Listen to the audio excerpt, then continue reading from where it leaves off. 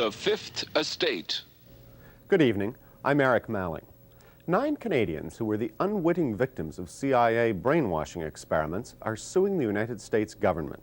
But so far, the Canadian government has done nothing to help them. If I were in charge of a government to whom 9 citizens that we are suing for have been brainwashed without their knowing, have had their lives impaired, and have it done by a foreign agency, undercover without the government of Canada knowing it, I would find a way to help those people instead of hindering them.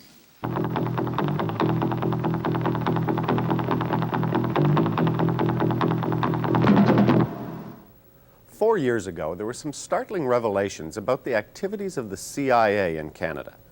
The American Intelligence Agency had paid for a series of brainwashing experiments under a project codenamed MK Ultra.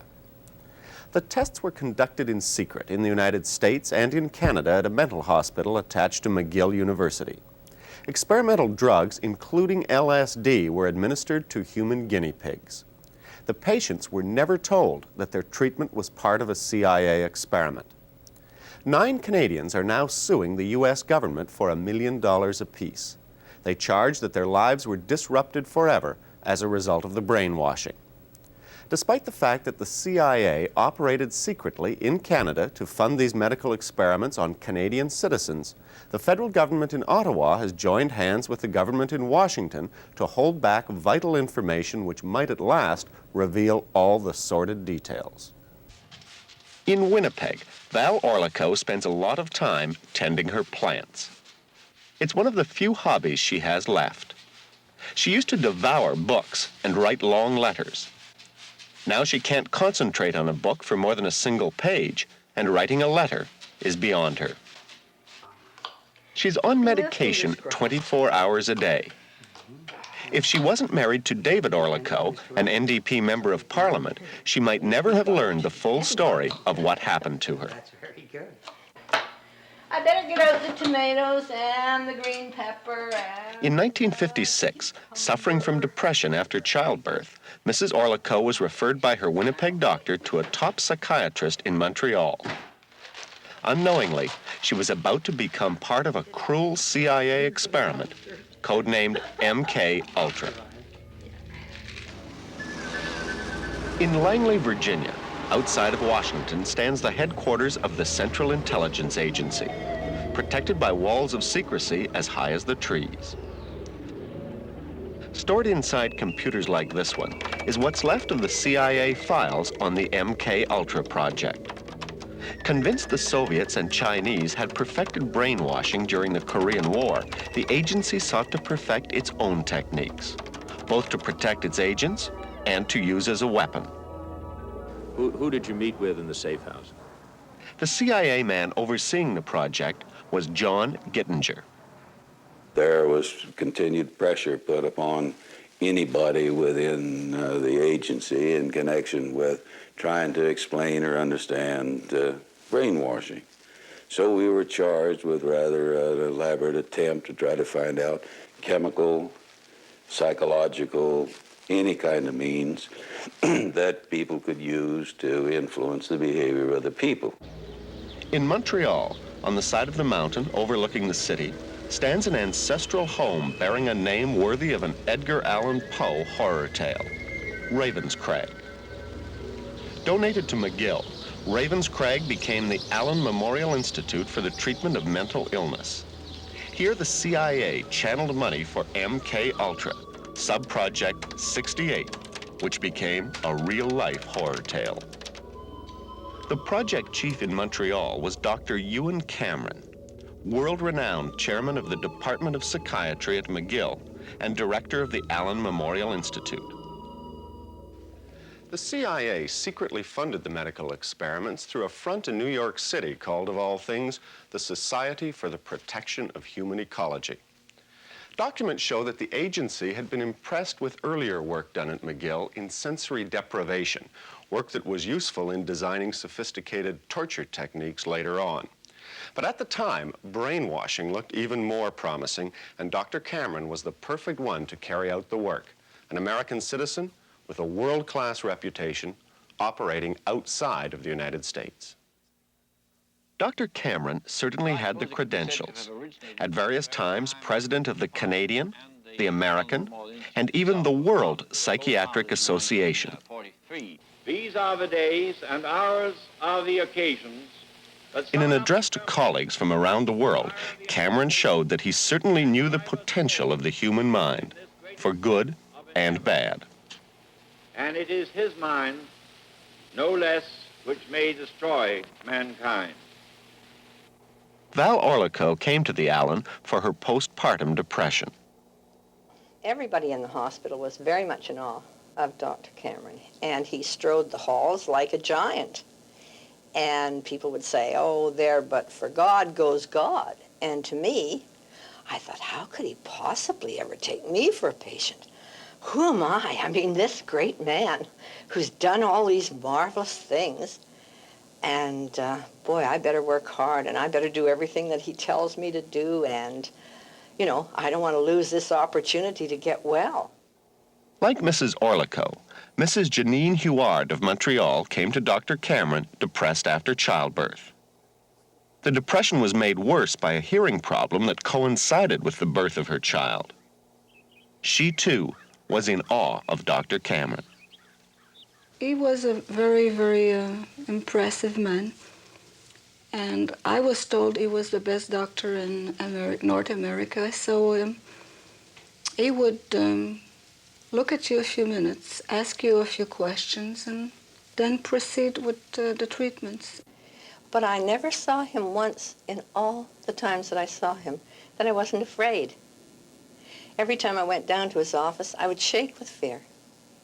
And every time I'd see him coming down the hall, I'd shake with fear. But I adored him. Dr. Elliot Emanuel knew Cameron. He was an authoritarian, ruthless, power-hungry, nervous, tense, angry man. Not very nice. At Ravenscraig, Dr. Cameron went further with drugs and electric shock treatments than any of the U.S. researchers in the MK Ultra project dared. His aim was to wipe the mind clean. Then he would implant new messages by forcing the patient to listen to a hypnotic repetition as many as 250,000 times. This was called psychic driving. Most of the drugs used in the program were experimental, and some dangerous. There was the tranquilizer Artane, a paralysis-inducing anectine, and curare, which pygmies tipped their arrows with to paralyze victims. Bulbocapnan, another experimental tranquilizer, and lysergic acid diethylmide, the hallucinogen LSD. In her room at Ravenscraig, Mrs. Orlico waited for her first treatment. Well, I saw a tray with hypodermic, with a needle, a syringe, and the card on it had my name, so I looked a little more closely, and it was lysergic acid diethylamide. And my husband was a druggist, and I knew a lot of drugs, but I'd never heard of that one. And so I phoned a friend, and who was a psychiatric nurse, and I said, do you know what it is? And she said, I never heard of it. But she had a friend who was a psychiatrist, so she phoned her friend, and she called me back, and she said, he said that this stuff causes poisonous psychosis. She said he said not to take it.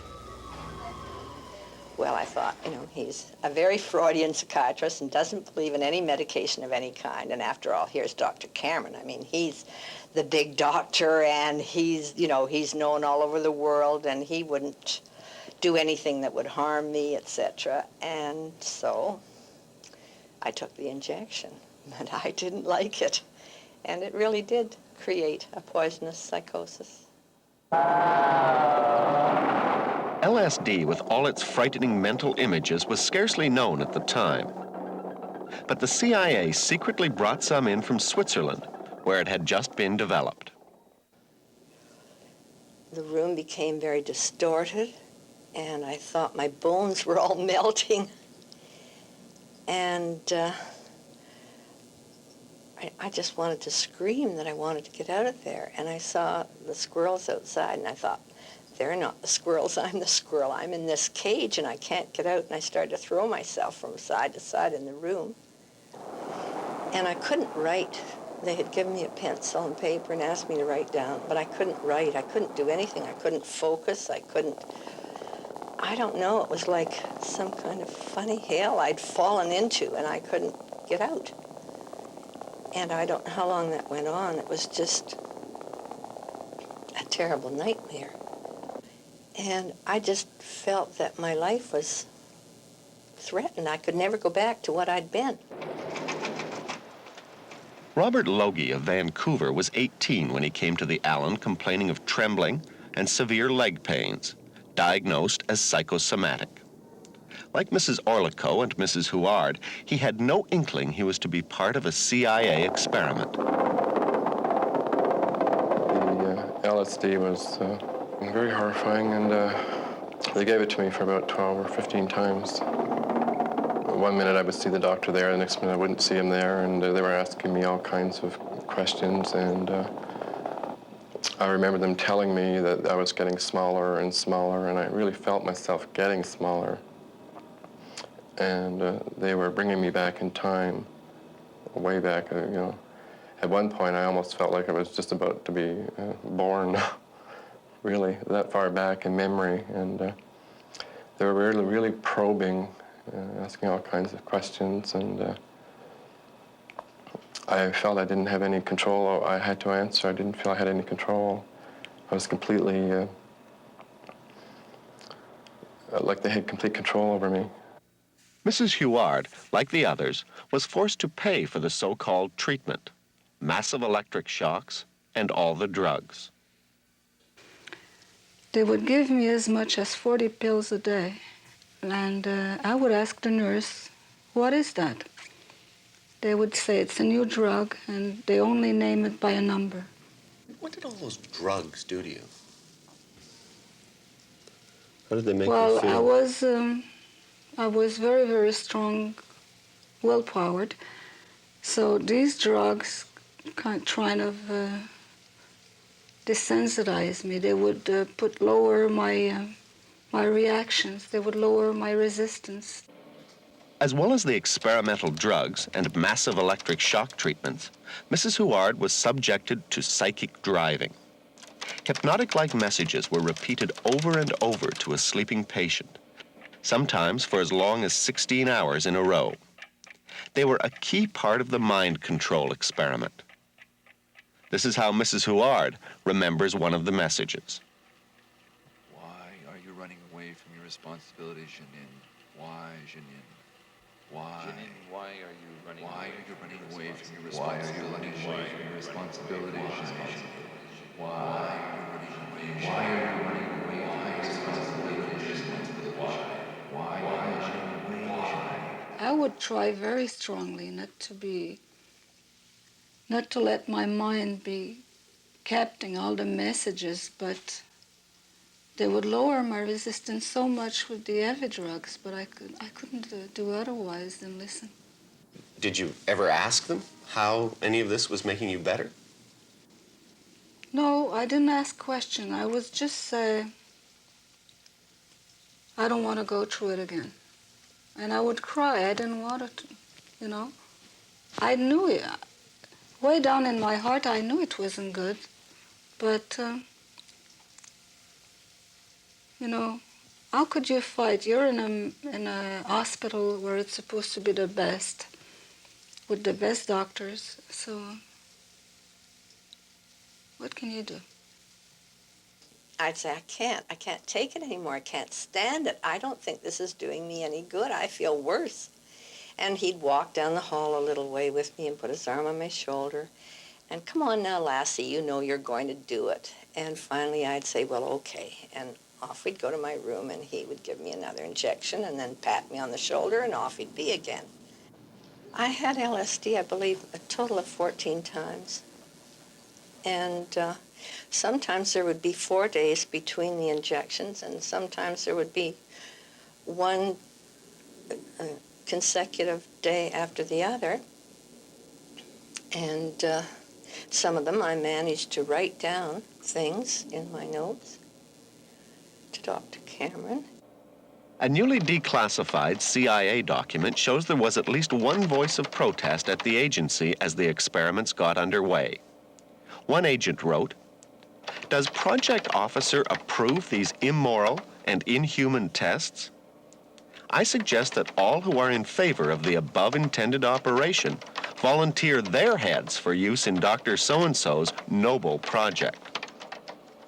The names were deleted. In her hospital room, a terrified Mrs. Orlico tried to hide like a child at the sound of Dr. Cameron's approaching footsteps. I heard him coming, and I hid in the washroom in my room. And I thought, well, I'll go and sit on the toilet and nobody will see me. Anyhow, that didn't work because he knocked on the door and he said, "Now, come on, Lassie, you know you're in there, and come on, you come out and let me give you your injection." And I said, "No, I'm not taking any more injections. I can't do it. I don't care if I die. I can't do it anymore because this is killing me, and that's all there is to it. I can't do it." Well, he wasn't very happy about it. And, however, after a little discussion, he turned on his heel and left the room. The electric shock treatments were administered on an unprecedented scale. It was called de-patterning. The mind was short-circuited so the psychic driving hypnotic messages could be planted on a clean slate. There is now no known use of electric shocks on such a scale, even in Soviet mental asylums where political crimes are punished. Psychiatrist and former colleague of Dr. Cameron, Dr. Elliot Emanuel. As you probably know, electroshock treatment has been given for depression for something like 40 years now. It's a very successful and useful treatment for severe depression that doesn't respond to other things.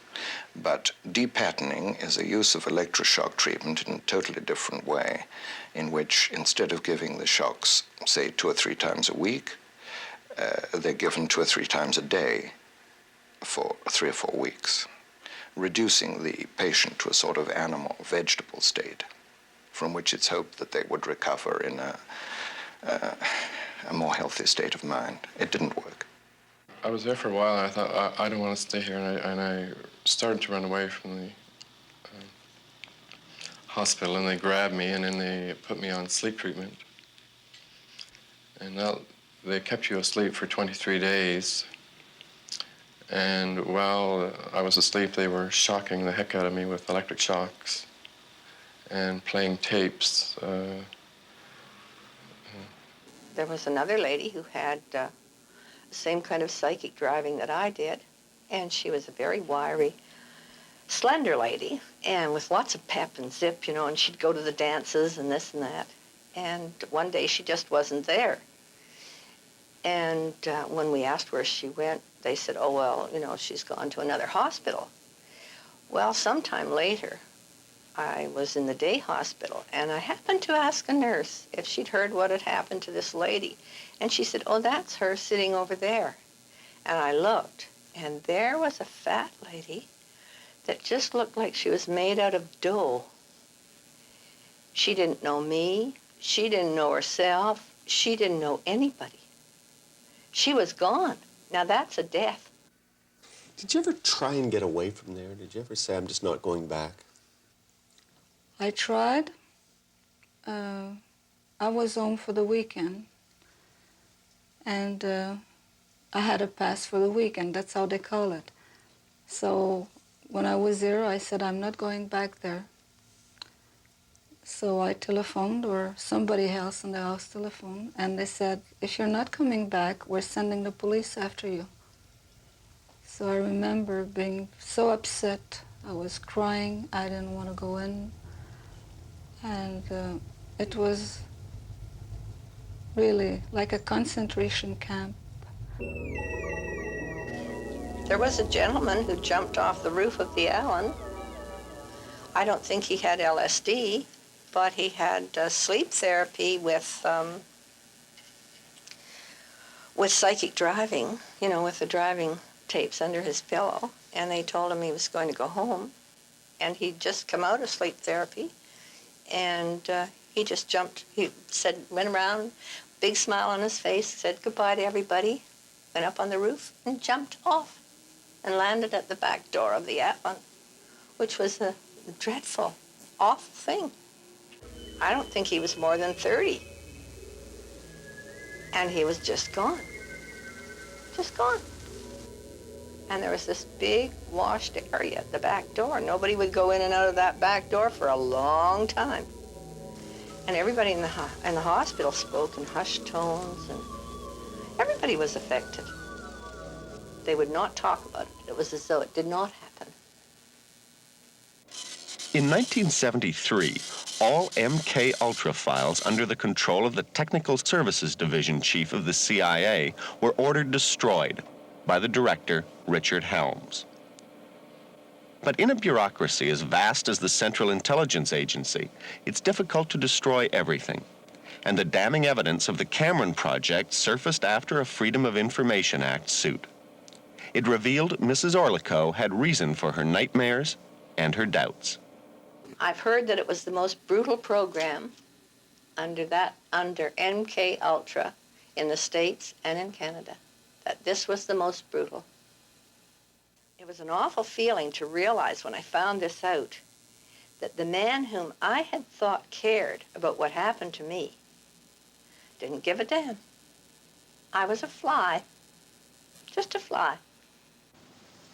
Her husband, David Orlico, NDP Member of Parliament for 22 years, remembers the cost. We had Blue Cross coverage, but we didn't have, but Blue Cross did not cover treatment in a mental hospital. So what we did after the first year was to sell the house, which was really the only money that we had. And my daughter and I moved in with Al's mother. And we stayed there almost 3 years. It was tough, but the financial cost was really a small part of the cost. If you're talking about cost, it really disrupted our lives. Mrs. Orlico sued the Allen Memorial Institute, and last year it quietly settled out of court for $50,000. But that's only the amount she estimates she had to pay for what she thought was treatment. Apart from giving Mrs. Orlico her money back, the Allen has done nothing to compensate Cameron's other victims. But in the U.S., a former CIA director, Stansfield Turner, promised the Congress the agency would try and track down victims of the MK Ultra project in both Canada and the U.S. so they might get compensation. The CIA wrote the Allen this recently declassified letter. Addressed to Maurice Danger, then director, it said, "It has been our understanding that there are no remaining records of Dr. Cameron's research that might reveal the identities of patients under his care during the time period in question. However, by way of leaving no stone unturned, we now inquire whether this information might be reconstituted through patient records, financial records, or other hospital records. Sincerely yours, Daniel B. Silver, General Counsel, CIA." So even the CIA made some effort to find the victims, but little help from Montreal. There is no record of the Allen ever attempting a search of all its medical records, although Cameron's successor admits it would be easy enough to do. CIA documents show that 53 people in Montreal were subjected to the MK Ultra experiments, but only 9 of those have been positively identified. Apart from Orlico, Huard, and Logie, there were 3 Montreal housewives, one of whom is now institutionalized. There's a Montreal businessman who never really got his life together again after the experiments, and another man who's been destitute for most of the time since. Ironically enough, one of the victims is now a psychiatrist practicing in Eastern Ontario. She obviously functions well enough, but after the experiments, 10 years of her memory was wiped right out. The McGill project was abruptly terminated in 1964, and so Dr. Cameron returned to the United States. 3 years later, he died suddenly of a heart attack. Subsequent evaluation of Cameron's work in Montreal by his successor showed that the intensive shock therapy was not only medically useless, but potentially dangerous. Cameron, though, never revealed how much he knew about the CIA sponsorship of his work. Robert Logie was later given cortisone treatment for the pains in his leg that brought him to the Allen in the first place. It worked, but his mind is a different story. He now has joined with Mrs. Orlico, Madame Huard, and 6 other Canadians in a massive lawsuit against the United States government. They contend that they sought treatment and instead were made unwitting victims of CIA experiments. The 9 Canadians are seeking $1 million apiece in damages from the U.S. government. The CIA intimidates many American law firms, but this case is being fought by a lawyer who defended Lillian Hellman and Arthur Miller during the McCarthy witch hunts for communists. In preparation, the lawyers have interrogated every CIA agent involved in MK Ultra, including former director Helms. With the trial expected to start soon, Joseph Raw sums up the case with his junior partner, James Turner. What we get out of Gittinger? John Gittinger is the former CIA staff agent who testified that at his request, the CIA contacted Cameron and informed him that a front in New York would support his work.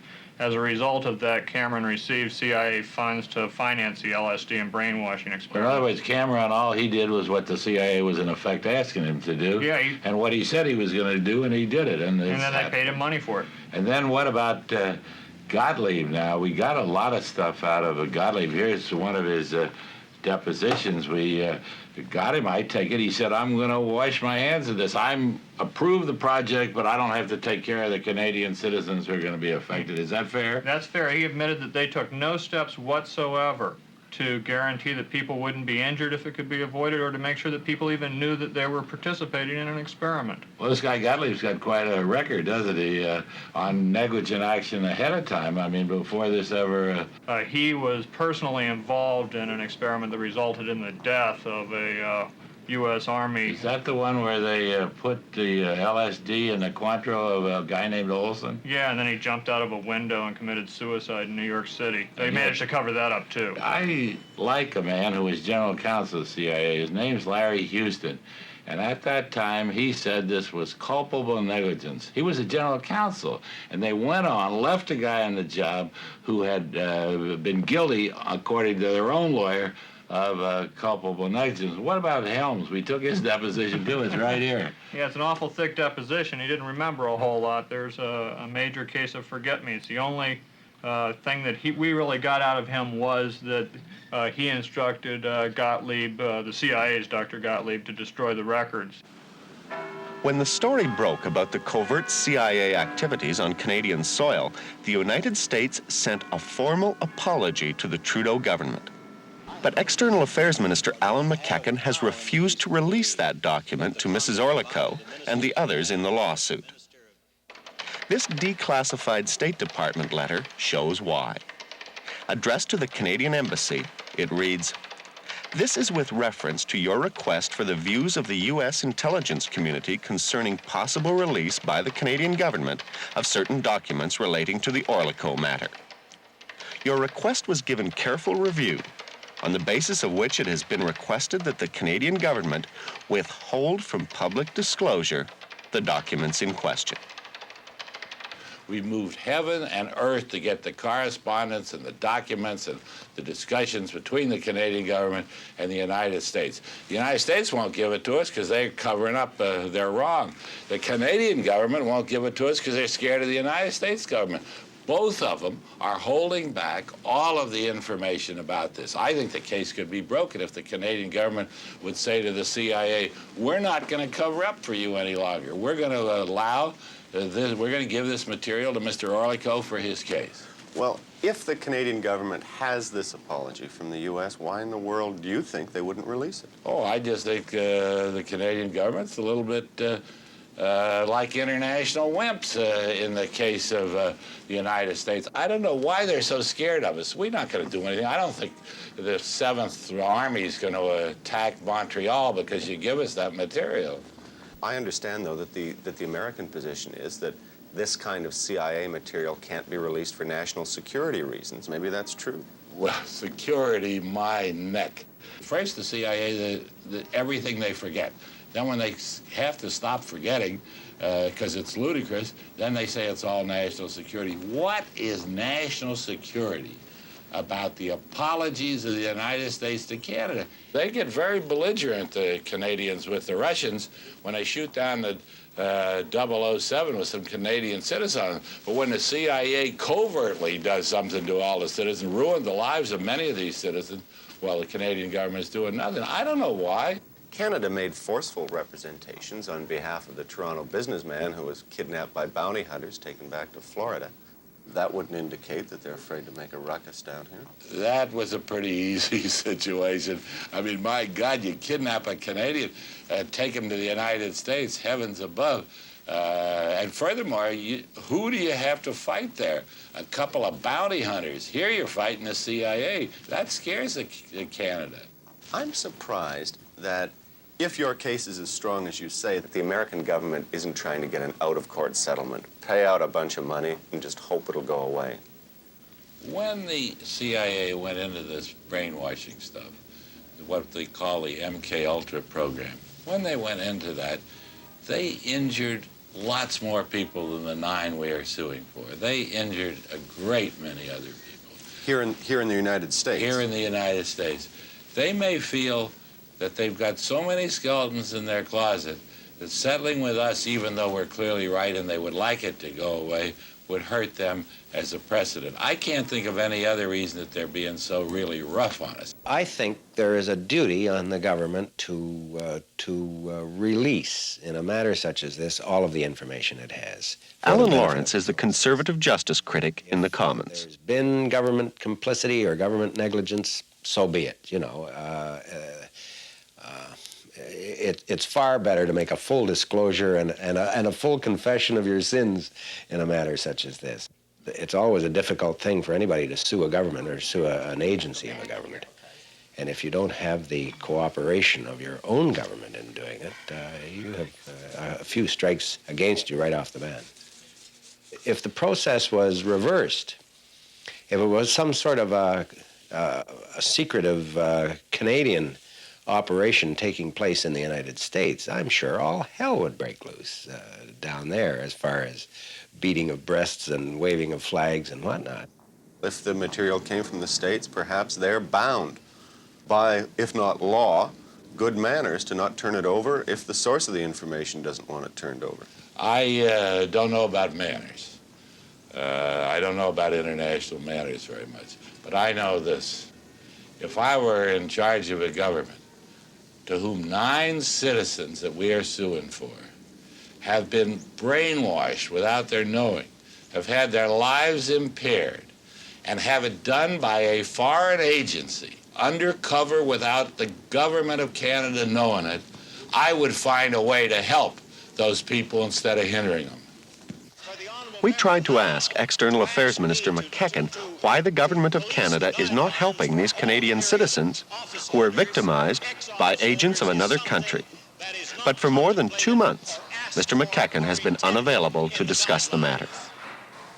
What do you want to tell Mr. McKechnie, for example, about what happened to you? How you feel about it now? I would tell him to try what we've been through and see what he would have to say after. Because only when you go through such an experience, one can say how bad it can be and how painful. I'd say, come on, get off your horse and help us. We need some help from our government. We are innocent victims of something that happened that should never have been. And you can't make it. You can't put us back where we were. But at least do something to help us now. Do something to stand up and say this can't happen in Canada. What can you possibly get for your clients out of this case? You can't get their health back. That's not possible. And they're older people, and some of them may die during this stonewalling by the CIA. And some of them may get worse. One of them, at least, is in an institution now. I mean, the thing is very much needing of speed by the to get recompense. You can get some money. That's all you can get. That's all you can get when a doctor misoperates on you. You don't get your health back. There's no way we can get their health back. But what we can get them is some funds to help ameliorate their old age with the damage that's been done to them by this lousy performance that occurred through the CIA by Dr. Cameron mistreating them and hurting them. One thing which triggered Mrs. Huard's initial depression was growing deafness in one ear. That was later corrected with minor surgery. But no surgery can undo Dr. Cameron's work at Ravenscraig. I cannot go to sleep without any medication. I have migraine headaches that last for a week at the time. Doctors cannot find a cause. I have slight amnesia. I have a lot of trouble to concentrate. I've never been able to sleep without medication since the sleep treatment. I went through years and years and years of severe depressions. I dream about it. All my waking hours, I think about it. It's eating me up. I've been hospitalized. When I first went home to Winnipeg, I attempted to take my own life because I couldn't endure the way I felt. And I have a chronic need. I'm very dependent on other people. And I have a chronic depression, which at times gets worse. Not being with my family, not being able to follow a career, not being able to study anymore, which I wanted to do very much. I would say it cost me my life.